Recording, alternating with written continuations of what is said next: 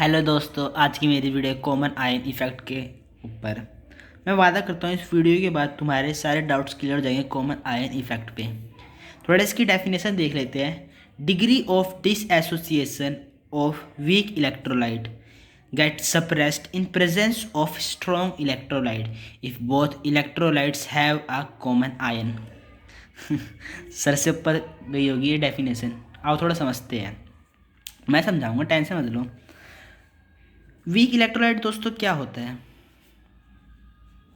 जो aqueous solution में अपने पार्शियली आयोनाइज्ड होते हैं। पार्शियल आयोनाइज मतलब कि उसके सारे आयंस डिसएसोसिएट नहीं होते, कुछ आयंस बच जाते हैं, मतलब कि पार्शियली वो अपने एक्वस सॉल्यूशन में आयोनाइज्ड होते हैं। एक एग्जांपल लो वीक इलेक्ट्रोलाइट का HCN। HCN अपने एक्वस सॉल्यूशन में डिसएसोसिएट होगा तो ये बनाएगा H+ आयंस और CNO माइनस आयंस। सारे HCN मॉलिक्यूल के सारे आयंस H+ और CNO में चेंज नहीं रहेंगे, थोड़े अनआयोनाइज्ड पार्टिकल भी बचेंगे क्योंकि ये वीक इलेक्ट्रोलाइट है। और इसी का दूसरा लो, इसकी जगह एक लो, क्या कहते हैं, स्ट्रॉन्ग इलेक्ट्रोलाइट। स्ट्रॉन्ग इलेक्ट्रोलाइट वो होते हैं जो पूरे डिसएसोसिएट हो जाते हैं in their aqueous solution. Means कुछ बचता ही नहीं है इस साइड, अनआयोनाइज्ड पार्टिकल कुछ नहीं बचता भाई। एग्जाम्पल हो इसका, मैं ऐसे एग्जाम्पल ले रहा हूँ, वैसे ये कुछ होता नहीं है। लेते हैं हम KCN का। KCN स्ट्रॉन्ग इलेक्ट्रोलाइट है। KCN पूरा डिसएसोसिएट हो जाएगा, मतलब कि SCN में तो आगे भी जा रहा था और अनआयोनाइज्ड पार्टिकल बच भी रहे थे, पीछे भी आ रहा था, मीन्स ये इक्विलिब्रियम में है। वहीं पे स्ट्रॉन्ग इलेक्ट्रोलाइट में पूरे के पूरा इलेक्ट्रोलाइट डिसएसोसिएट हो जाएगा अपने आयंस में, और ये हमें आयंस देगा K+ और CNO माइनस। अब देखो, वीक इलेक्ट्रोलाइट और स्ट्रॉन्ग इलेक्ट्रोलाइट में दो आयंस कॉमन है, देख रहे हो। अब अगर हम इसका सॉल्यूशन लें, अभी इसको भूल जाओ, अगर हम इसका वीक इलेक्ट्रोलाइट का सॉल्यूशन ले और उस एक सॉल्यूशन ले और उसमें HCN इलेक्ट्रोलाइट डाल दें तो डिसएसोसिएट हो जाएगा H+ और CNO माइनस में। अब यहाँ पे इक्विलिब्रियम स्टैब्लिश है, इसका Ka हो जाएगा H+ CNO माइनस और कंसंट्रेशन ऑफ HCN। लेकिन अगर हम KCN स्ट्रॉन्ग इलेक्ट्रोलाइट उसी सॉल्यूशन में डाल दें तो भाई CNO की कंसंट्रेशन उस सॉल्यूशन में बढ़ जाएगी। एक सॉल्यूशन लिया, तुम्हें समझ में नहीं आएगा, एक सॉल्यूशन लिया, उसमें मैंने पहले HCN डाला, HCN, तो हमें क्या मिला, H+ एंड CNO माइनस। तो इक्विलिब्रियम स्टैब्लिश हो गया इन दोनों के बीच में खुद से अभी। लेकिन जैसे ही हमने स्ट्रॉन्ग इलेक्ट्रोलाइट्स में KCN डाला तो CNO की कंसंट्रेशन और बढ़ गई। देखो भाई, इसके पास CNO, ये डिसएसोसिएट होकर CNO आयंस दे रहे हैं ना, बहुत आयंस दे रहा है भाई, सारा का सारा इलेक्ट्रोलाइट डिसएसोसिएट हो गया तो बहुत सारे आयंस बन जाएंगे। अब इसकी CNO की कंसंट्रेशन बढ़ जाएगी। कंसंट्रेशन बढ़ जाएगी तो जो इक्विलिब्रियम स्टेज इस्टेब्लिश हुआ था पहले वीक इलेक्ट्रोलाइट के केस में, वो डिस्टर्ब हो जाएगा। ये जो इक्विलिब्रियम स्टेज इस्टेब्लिश हुआ था HCN और H+ के इलेक्ट्रोलाइट्स ने जो इक्विलिब्रियम स्टेब्लिश करा था वो डिस्टर्ब हो जाएगा। क्यों?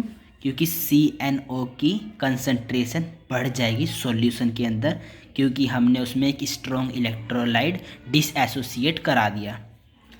तो भाई अब according to Lee चार्टले principal,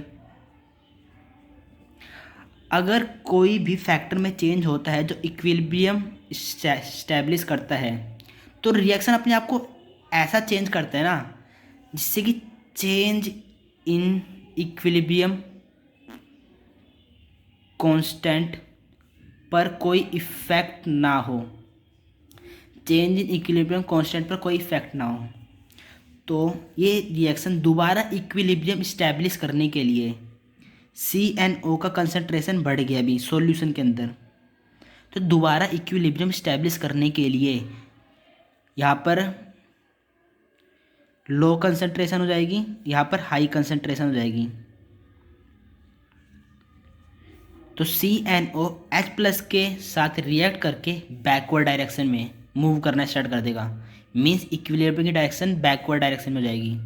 it moves towards the backward side to re-establish equilibrium,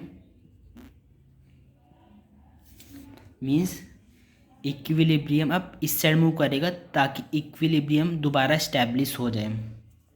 जब इसकी कंसंट्रेशन और इसकी कंसंट्रेशन दोबारा कांस्टेंट हो जाएगी तो दोबारा इक्विलिब्रियम इस्टेब्लिश हो चुका होगा या हो जाएगा। अब देखो भाई, ये ऐड करने से, स्ट्रॉन्ग इलेक्ट्रोलाइट ऐड करने से Cn की तो कंसंट्रेशन बढ़ी थी CnO की, बट H+ की तो कंसंट्रेशन वही रहेगी ना, वीक इलेक्ट्रोल। इस वाले इक्विलिब्रियम केस में CnO की कंसंट्रेशन बढ़ गई KCn को ऐड करने से। जब हमने KCn को ऐड करा, इसकी कंसंट्रेशन बढ़ गई, पर इसकी कंसंट्रेशन तो वही रह गई भाई। तो अभी मैंने यहाँ पे बताया, ये इसके साथ रिएक्ट करके बैकवर्ड डायरेक्शन में जाएगा इक्विलिब्रियम रीस्टैब्लिश करने के लिए। तो H+ आयंस की कंसंट्रेशन, ओवरऑल कंसंट्रेशन, इसकी ओवरऑल कंसंट्रेशन डिक्रीज हो जाएगी। क्या हो जाएगी? Decrease. Concentration of H+, overall concentration H+ in solution, इस सॉल्यूशन में H+ की ओवरऑल कंसंट्रेशन डिक्रीज हो जाएगी, और इसकी concentration, overall concentration of this CnO- increased in solution. भाई बहुत ज़्यादा बढ़ जाएगी इसकी ओवरऑल कंसंट्रेशन CnO- की, क्योंकि भाई KCN पूरा डिसोसिएट हो गया, बहुत सारे आयन भाई क्रिएट कर देगा, तो बहुत ज़्यादा। तो लास्ट में जो इक्विलिब्रियम इस्टेब्लिश हुआ था, इसको ऐड करने से पहले जो इक्विलिब्रियम इस्टेब्लिश होता है ये वाला, इसमें इलेक्ट्रोलाइट के मॉलिक्यूल पार्शियली आयोनाइज्ड हो रहे थे, पर इसको ऐड करने के बाद कंप्लीटली आयोनाइज्ड होके ओवरऑल डायरेक्शन ऑफ रिएक्शन इस साइड होगी। समझ रहे हो ना? ओवरऑल डायरेक्शन ऑफ रिएक्शन इस साइड होगी, बैकवर्ड साइड। तो पहले जो पार्टिकल आयोनाइज्ड हो रहे थे, अब उससे भी कम आयोनाइज्ड होंगे। क्यों? क्योंकि ओवरऑल कंसंट्रेशन अब पीछे चली गई और बैकवर्ड चली गई भाई।